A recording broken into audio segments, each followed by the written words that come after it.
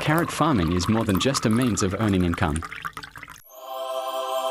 It's a way to reconnect with the natural world. In a time when many people are distanced from the land and how food is grown.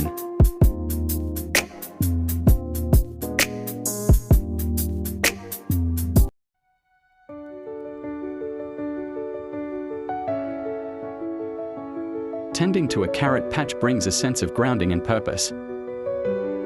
The simple act of planting a seed,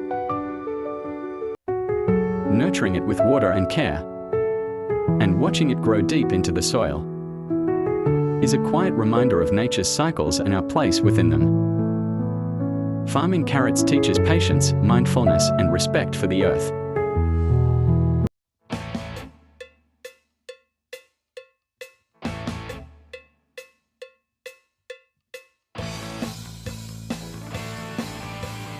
Unlike industrial farming, small-scale carrot cultivation encourages sustainable practices that protect the environment.